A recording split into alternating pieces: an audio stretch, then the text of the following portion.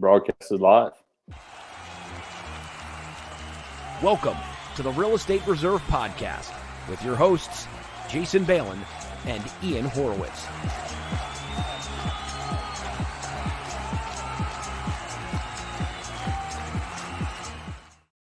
Hey, how's everybody doing? What's up, Ian?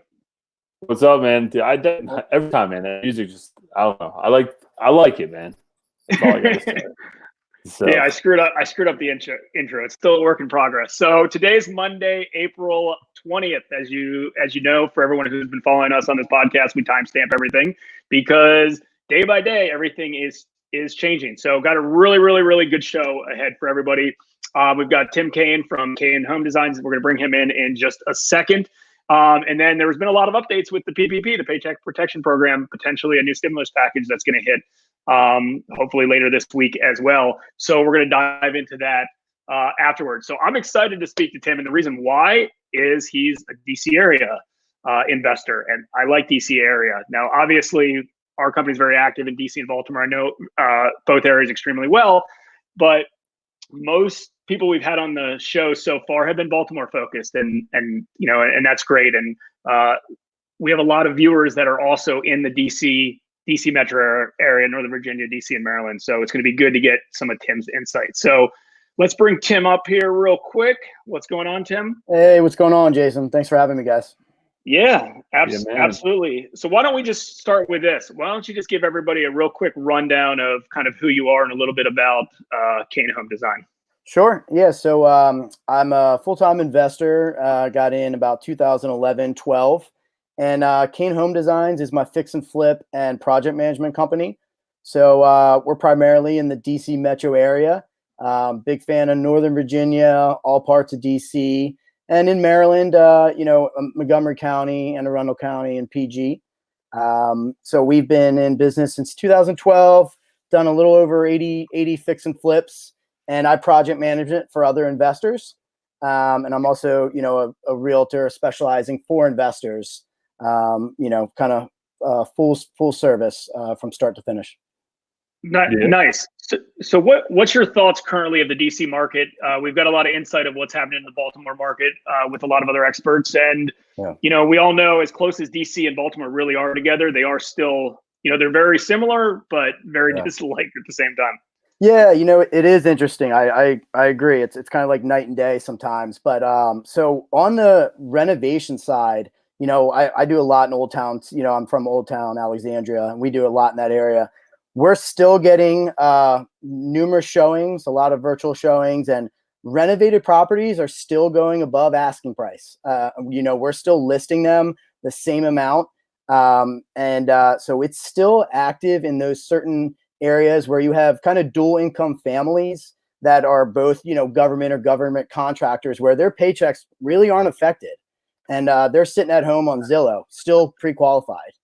So we're seeing renovated properties go, but where we see there's a downturn is, maybe someone wanting to use a construction loan or buying an as-is property. People are trying to buy turnkey properties now because they want to hold on to cash, and, finishing a basement isn't in their cards anymore. So turnkey renovated properties are still selling like hotcakes around here in Northern Virginia and DC. So we're still optimistic about it.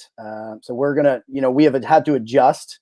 When we're buying properties, we're trying to stay away from big projects right now. Just quick fix and flips with no permits. I know a lot of inspectors are doing virtual inspections now.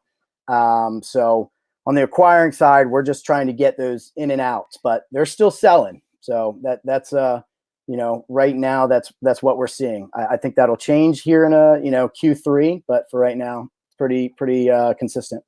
All right. So as the Baltimore guy, right? Because Jason always says, DC's insulated. DC's insulated. Right. I don't say that first. I'm fully insulated. You say DC's insulated, and it probably is. I mean, I just want to more insulated. More insulated. Fair I'll enough. go with that. I'll go with that. Yeah. But you do feel as though that a lot of the government contractors and government employees haven't been shut down, and you think that's why there's not as much. A lot of your market is based around that whole government scene, correct? And there hasn't been that many layoffs, and things aren't as hurt. Yeah, correct. Don't get me wrong. Like some counties that are more like trade specific. I know Charles County is expected to take like a big hit. Right. But when you have Northern Virginia and you have a dual income family and, they're buying $500,000 home, $400,000 to $600,000 homes is kind of like the first time home buyer in that area. Right. No, I mean, they're still getting, they have the government backing. They're working from home and actually even have more time on their hands. Right. These are millennials that are utilizing virtual tours. I think inspectors are doing a great job with and appraisals with, getting things through. So yes, it's going to get hit, it's minorly getting hit, but guys, things are still multiple offers on all my most recent properties in the last 3 weeks. Right. So I think it will get hit. It's hit, but not amplified in like other areas. Yeah. Nice. Yeah. I mean, and DC has gone up a lot, obviously, over the last, let's call it 10 years, for the most part. Now, keep in mind, in the 06, 07, 08, when there was a lot of issues, DC had gone up a lot and then it got hit hard. Right. It got hit very fast and then it went right back up just as fast. And I think that's more of the insulation. I mean, I don't want to be, I don't want to, I think the word insulated is a hard word to say because a lot of people are saying, hey, we're insulated, we're in DC, and related to a lot of other areas of the country, I do agree. There is a lot of people, like what Tim said, a lot of government workers that, are getting paid. Fortunately, they're in the line of work that they're going to continue to get paid during all this. So that's a good thing. But there's also something to be said about the median housing prices being $400,000 or $500,000, which I agree with as well. Yeah. When things go up, when things go down, the median housing prices are typically, in my opinion, at least the safest. I think condo conversions, higher end luxury properties, things like that, those are, with less limited buyer pool, those might take a hit, especially if interest rates eventually rise, which haven't. And then the lower end stuff potentially as well. Although there's really no lower end market in the DC in the district to begin with. I mean, stuff that was somewhat low, investors have been able to flip for $400,000. And sure. No, I think you hit it nailed right on the head. I mean, that's especially with these client, these prospective buyers, they're already qualified. So what's happened is there's like a sense of urgency now that they're locked in at these ridiculously low interest rates and they want to utilize it before, things get bad. So that's why I do think in, over the summer and early fall, that's where we will see an adjustment. But these pre-qualified buyers, they know what's coming. Banks are tightening up, LTVs are changing. So you have like a weird sense of urgency from these already pre-qualified buyers, if that makes sense. Yeah, it makes a lot. That makes a lot of sense. And I know one of the go-tos down in that Arlington, Nova region is the teardowns and the new house builds. I think you're involved. Yeah, you're involved in that. What do you see with that market currently, and where do you think that new build teardown market's headed, both on the investor and buy side?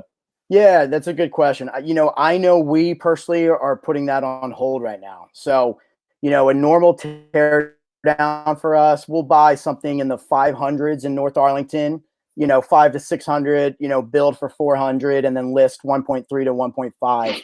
But that's a year process that involves county permits, engineered plans, the whole 9 yards. So we don't know what next year is going to bring.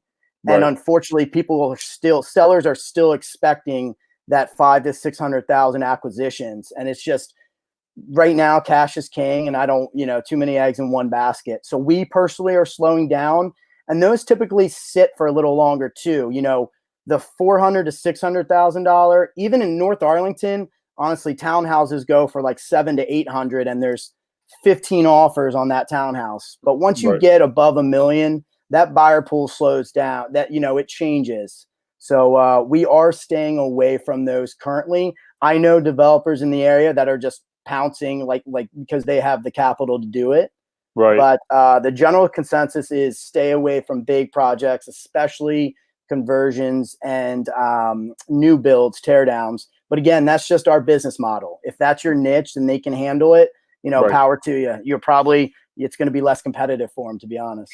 Yeah. And also some of them that are smaller home builders, they are only going to do one or two at a time. They can put all their They can put all their resources, or if they've already got permits in place. But I agree. I mean, it's the same thing on our end with the lending stuff. We're shying away from the bigger construction projects because who knows? Who knows how long those could take? Who knows what the certain jurisdictions, the permitting process is a nightmare. I mean, Ian, you're probably not too much aware of this, not in the DC area, but like pulling DC permits takes freaking forever. It is a nightmare. Awful. And even if you pay top dollar to get expediters and everything else in it, and those condo conversion projects that were a lot of lenders were all about, and a lot of big developers were all about, because there was a lot of money there. You could buy, when the condo conversion market started, typically, and they couldn't get their hands on deals, they would just buy a nice house, renovated house, and just tear it down in Columbia Heights and build 4 or 5 units out of it.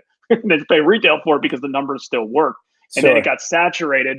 But then the permitting process was just on freaking overload that it makes it difficult. You have to use a third-party service, and you're paying a lot of money for those third-party services. And another thing is on the fix and flip, cabinets are taking. I'm on back ordered for all my cabinets. My Anderson windows that it's a 5-week turnaround. Now it's 8 weeks. So not only if you're taking a loan on this, definitely underwrite a slower process due to not only permits and inspections, but also material getting there. Yeah, a lot of that stuff comes out of central Pennsylvania, down the 83 corridor. And I think that's a big issue with, Governor Wolf. He is literally from the Wolf cabinet family. Yeah. You would think that he wants that open, but, I get it. It is what it is. It's his point of view. And it is we're having delays with steps and stuff because we get a lot of that stuff out of Lancaster. Yeah. Oh, man, my question slipped you. Yeah. Well, one thing that I think collectively we've seen, and you've probably noticed this as well, is as of now, there's just not as much pain in the marketplace to get the really good deals. April 1st was a big date, obviously, for lenders to see who's going to collect their payments. Right. With landlords, their residents and their tenants making payments. May 1st coming up soon is going to be another one. But as of now, there just hasn't been that much pain. And I'm assuming most people seem to be now aware of that, hey, times are different, but it's not like I'm out there getting a home run deal. Yeah, no, you're exactly right. It's a weird medium right there because I make probably, I would say 7 to 10 offers a week.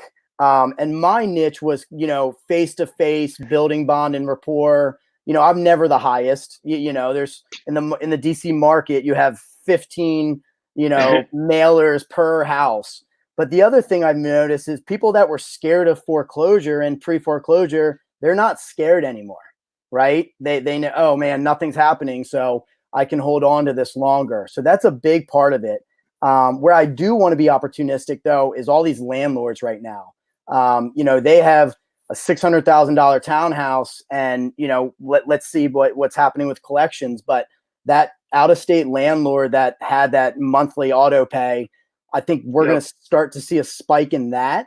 So decline in foreclosures, but a spike into out-of-state landlords. But my big thing is I'm not used to doing a lot of things over the phone or looking at photos. I let my hand, I go and check these houses out all day long, all week long. So it's hard to find the pain, via email and phone. You just send out an offer. They're like, I'll just hold on to it longer. And that's another thing too, is people have just sheltered in place where they're just not even dealing. They have bigger problems, to deal with. And the repercussions, it seems like they're not as afraid of them anymore, like losing the house. Right. So it's a weird time. Yeah, no, that's a real interesting point. You're the first person to bring up that we've interviewed over the past few weeks of, that is a market that a lot of people used to target, pre-foreclosure and going after those people. But the whole thing that you just bring up about landlords, I don't disagree with you. That's going to be a hot target. But the question is, how many of those landlords are going to say the same thing? Well, they're not going to foreclose on me. I'm going to run this thing out. So what's our time horizon? Does it go from now to 24 months, and now you're in rapport building, And the problem with rapport building, like you said, is over the phone and via these types of calls or however you do it. How can you build rapport virtually? And I think that's, and I know there's a lot of virtual wholesalers out there or virtual buyers, and they do it, but it's a lot more transactional. So I think it's going to be something interesting that a lot of people are going to have to navigate and figure out how to build that rapport online. Yeah, it's, these type of platforms are great. It's a little bit better, but my average person that has a distressed property, some people don't know how to work these platforms or send a photo on their phone. And they're like, what? I don't know what you're talking about. So it's tough. And then you underwrite it super conservative, and then you kind of just write yourself out of the deal. Exactly. Yeah, I know we have a few minutes left, and I know you got to run. But what I was going to ask you earlier is, I know you do work for you do work for homeowners, or you do work for investors. How has your company been handling everything with working in people's houses? Has that work stayed consistent during all this? Yeah, my home improvement business has put on a hold. Most people that we do like luxury home, in Vienna and DC conversions and, English basements. A lot of people are using their retirement plans and 401ks. So that's definitely been on hold, right? But we've been respecting, we're doing a lot of things more virtual. My whole crew, there's 4 or 5 of us that would go in at a time. Now we're just partnering up. So two people in, 2 people out. We're definitely, wearing all the appropriate gear and whatnot. But there's a lot of people that just do not want us in their house right now, in which we 100% respect. So we'll do a lot of work, due diligence on the front end and everything we can. And then I'll do a 5-minute walkthrough, and then we'll go outside to talk. And people seem to be okay with that, or we'll catch up later on the phone. So we're just adapting. That's the best we can. Yeah, I think everybody kind of is on the same place. Is Ian frozen? Oh, Ian's frozen. No, that's just his resting place. I'm like, I wasn't sure if he was thinking, writing, or frozen. He's in thought. Ian, you're slowing down our feed, bud. If you can hear this. Well, no, it's good that you diversified into a bunch of different business models, because I think that's important right now between flipping and wholesaling and buying having rentals and doing some construction. I think that's one of the things that we brought up a lot is my belief that if every industry is going to survive, the strongest lenders, the strongest fix and flippers, the strongest construction, the ones who have a good solid stable business model, the stronger are going to survive. The weak, unfortunately, are not going to, and the ones in the middle, they better be working their asses off right now. And I think in general, real estate investing by no means is business as usual, but it's a working business model that's open for business. And people right now, investors right now, should be doing their best and going all in with the resources that they have. And I'll never forget one real estate agent that we interviewed maybe a few years ago up in Philadelphia market. He said he's been through maybe 4 or 5 of these. And he said, during these times, I go all in with everything. I go all in with my marketing. I go all in with my team. This is the time. And this is one of the reasons why Ian and I have wanted to do more podcasts than we've done in the past. And, we're usually very vocal and do a lot of stuff on the web, but it's, spend the time and get it in front of your target audience as much as you can, because that's who's there. Like, my guess is the homeowners that are getting 15 mailers probably aren't getting 15 mailers right now. The people that were spending money on Google AdWords are not spending that money on Google AdWords anymore. I mean, I typed in hard money lenders last night on Google AdWords, and it was us and one other lender. And I mean, we've been reevaluating all of those things. My budgets have gone down on some of these platforms. Our exposure has gone up. Like, this is not the time to not market. This is the time to market and get in front of everybody, and be optimistic, but be cautious. But then at the same time, you don't have to jump in on every deal that you do. Get your phone ringing, get on the phone, get negotiating. Chances are, I'm sure your sellers are probably going to say no to your offer at the beginning more than ever now, of like, wait a second, like, I just went with you because the other person, there's more people that are interested now. But that being said, maybe not as qualified or can get the number you want, but you're in front of them. And then when the pain comes back, when it's ready, they know where to call. And that's just to caveat on that. A great thing that the ones that I've just been cold dripping, and the ones that I knew I was just too low, I wasn't the highest offer. 9 times out of 10, I'm losing to someone that was taking a high interest, hard money loan, maybe, just starting out or whatever, a 203K loan and whatnot.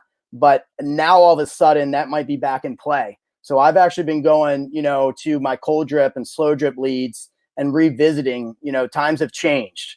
And we're just staying simple to what we know. We're doing quick fix and flips right now, underwriting conservatively, trying not to stay away from the permit and inspection process, and getting things on the market as soon as possible, even if it's just cleaning it up and selling it as is, because just to utilize the pre-qualified buyers, because, I think we're all in agreement it's going to be a little different towards the second half of the year.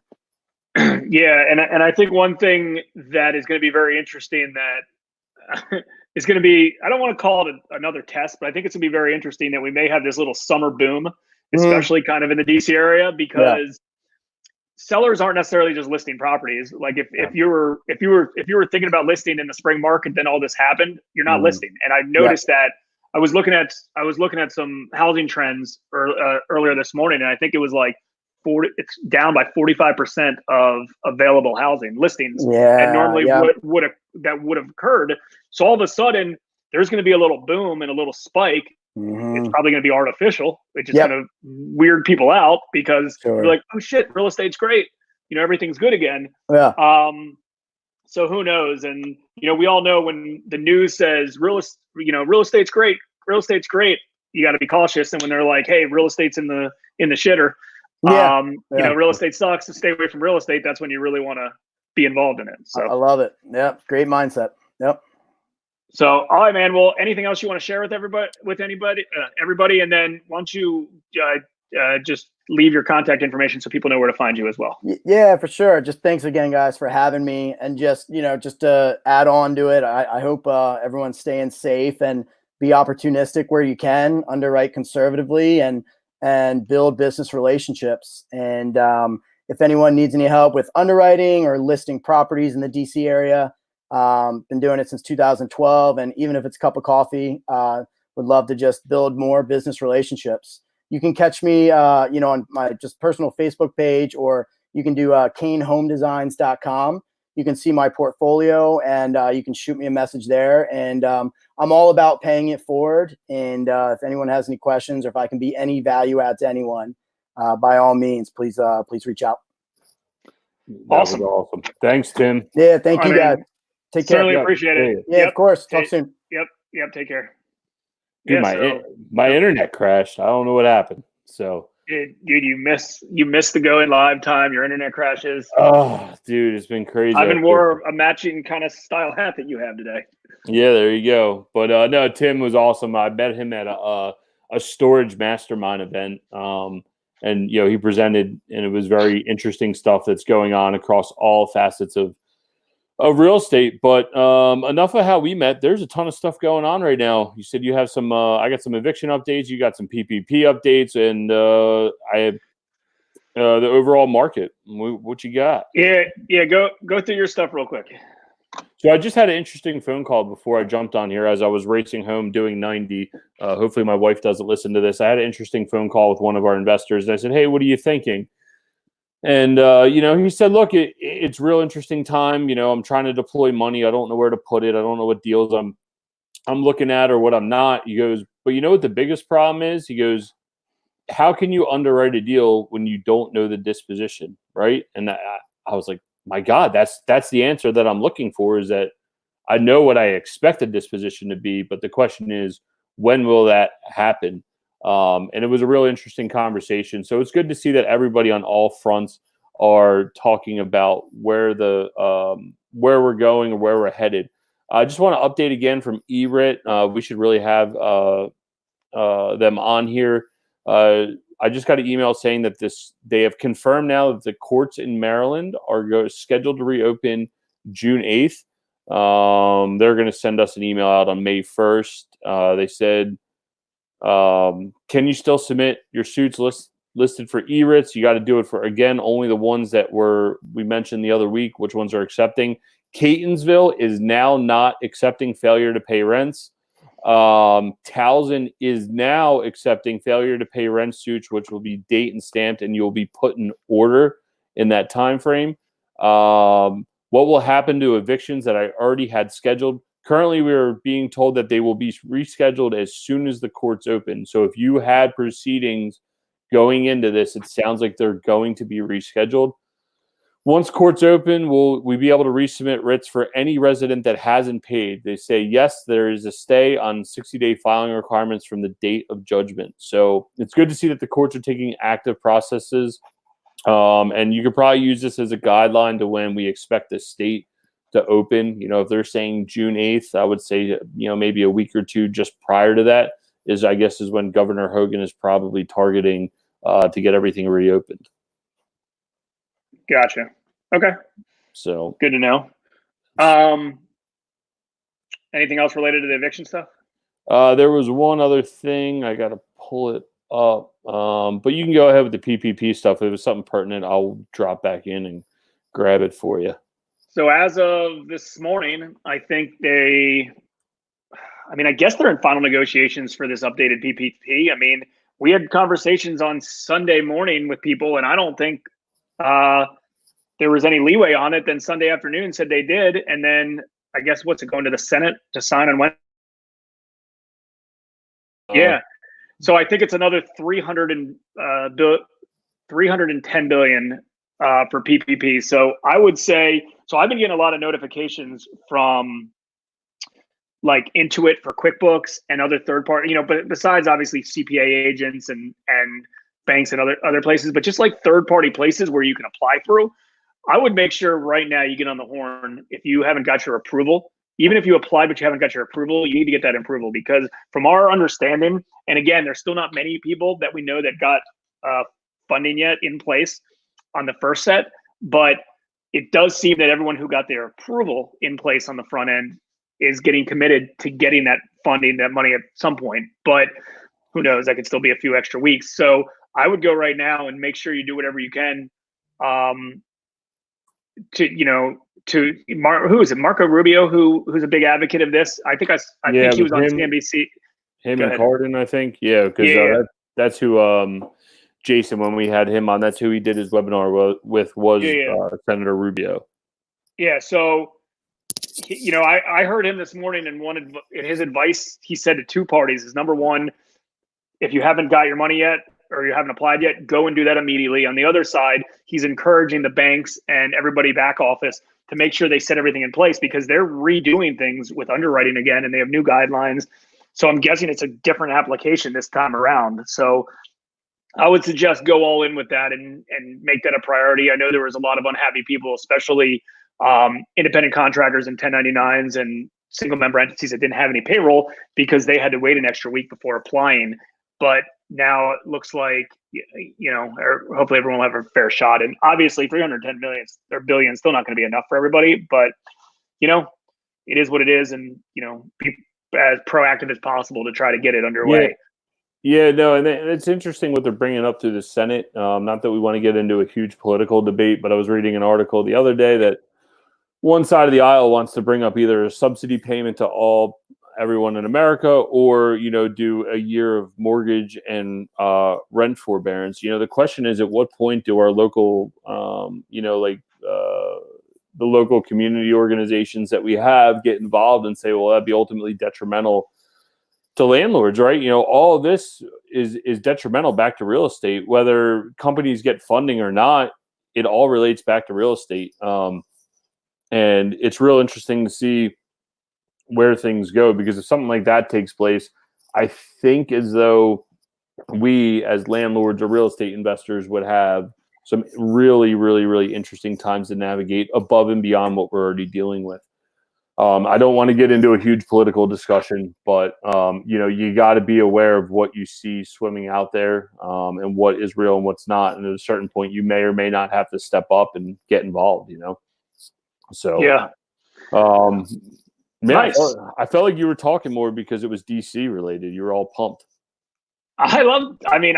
We don't get to talk about DC. I mean, I equally like DC and Baltimore. I mean, I've been very actively lending and buying properties in both those markets. And a lot of the stuff that we just typically talked about are Baltimore focused, just because I would say in general, the majority of the units that we do on the lending side are Baltimore. But if you look at volume combined, it's about equal, just because the loan amounts are a little bit higher in the DC area. But it's good to have, someone in DC that's, optimistic and, wants to continue to, to do good things in that market. Everyone we typically interview are Baltimore based. He was mostly DC based. So. Okay. That's good for you, because Wednesday, I don't know who we got lined up for tomorrow. If you're doing one, I'm at the fire department, but Wednesday we have Vernon Vaughn jumping on here, who's an infill lot builder. We really watched his company explode over the past few years. He does a lot in the, I almost said DC, a lot in the PG County area. So it'd be interesting to hear how, because I still see him cranking out new plans and pushing out property. So it'd be interesting to hear what he's got going on. Do you have someone lined up for tomorrow? I don't know. It's a secret. Well, it's a secret. All right, fair enough. Thursday, I know Thursday's a secret guest. Now, Friday on the case study, I do have someone lined up that I think will be beneficial for everybody about cost segregation and tax type stuff. Jerry Lott. So that'll be awesome. He'll be doing a screen share. So that's definitely one that you want to jump on and catch. Enough crap about us. Jason, it's Monday. I think Monday shows we should start saying, what's our goal for the week? What's our goal for the week? What's your one goal that you're trying to get accomplished this week? I know mine. I figured might as well keep you accountable. We got people watching us every day. Come on, one goal, man. I put you on blast. I know I did. I'm no short on goals. You're not short on goals? I'm trying to think of a good goal. I mean, I have 100 goals every week that I'm doing, and I have them all written down right there. I know, but you don't have one that you're like, this week, this is it. I'm getting rid of it. Like mine, I'm trying to finish this damn funnel that I've been working on for 3 weeks. That landing page? Yeah, landing page. That's a good goal. That's a good goal. I mean, I've been doing a lot of transactional work lately, which isn't necessarily a bad thing. I mean, transactional work is normal work that you would do in any given day to support your business that you help, inside your business. The problem with most people is all they do is transactional work, and they don't do any of the business building or the growth or the marketing or processes and strategies. So they're always stuck in that transactional work. I've always been like 50-50, but lately I've had more transactional work because there's just a lot of good loan opportunities out there that I'm weeding through and, making sure we do, make good decisions on them. So I've spent a lot of time on that. One thing that I'm lacking that I want to continue to spend the time on, and I did this the first week this all started, but not too much as more education and learning and podcasts, audiobooks, and articles. That's typically, I'm trying to spend about 2 hours a day on that. And right now I'm in about 30 minutes to an hour. Right. And usually by doing that, it's about an hour of a book, and 30 minutes or so of a podcast, and then 30 minutes of like miscellaneous stuff. Right. And right now I haven't done too much on any books. So it's mostly been podcasts because I love podcasts. What's up, Rusty? Well, I think you're at a disadvantage. You're not leaving your house, right? Like if you started on the way to the office, whether you got an hour-long drive like me, I get 2 hours built in every day because I got an hour each way. But at least if you started on the way to the office, I'm somewhat jealous of that. Yeah. And then you continue it in, and then you got your first 30 minutes out of the way, right? Like, so I guess you're kind of missing your normal routine. Yeah, so. You're right. I missed that. It wasn't a ton, but it was at least 30 minutes a day of that. So I'm doing my 30 minutes of podcasts, and then probably another 30 minutes of, articles and things like that that I'm reading. And they're all either real estate, business, or personal finance or marketing. I would say they're all related to that. That's how it's always been. So right before we end, I'm going to mention one other quick thing that I saw today on CNBC. Because I do feel like I'm a research analyst these days. Like I'm not looking to do research, but I'm researching indirectly because number one, I probably talk to 50 real estate investors every day. That's not an exaggeration. Either between phone or email, 50 of them. I know that sounds crazy, but not, so I see the types of deals that are out there right now, and I see the type of deals they're buying and seeing, things like that. So that plus, you know what, I see more content than I'm leading to believe, actually, come to think about it, because I did watch, while I was grinding through a bunch of stuff at like 7 o'clock this morning, I did watch a good bit of an hour of CNBC that I got a lot of value out of. What's up, Ronnie? So one thing that I noticed, remember at the end of this conversation with Tim, we mentioned how we're going to potentially have like this little mini boom, which I believe will occur. It was like 45%. The housing or sellers' active listings for people that are ready to sell their houses is down by 45%. Right. So I think there's just going to be an influx of buying and selling quickly, and it's going to be somewhat artificial, and who knows how it's going to last. But one thing I saw on CNBC today, which I do agree with, is this part of the country, there's a lot more risk for pricing declines, and a lot of that's related to tourism, right? Vacations, Texas, oil, right. Things like that. And I do, for the most part, agree with that. Some of those areas. I mean, the reason why South Florida and Las Vegas got absolutely killed during those times is tourism and vacation spots, and a lot of interest in going to those areas. So I'm hoping that there's not one area that just gets killed. Hopefully that doesn't exist. That being said, I do believe that as a whole, the market is going to slide down there as things adjust.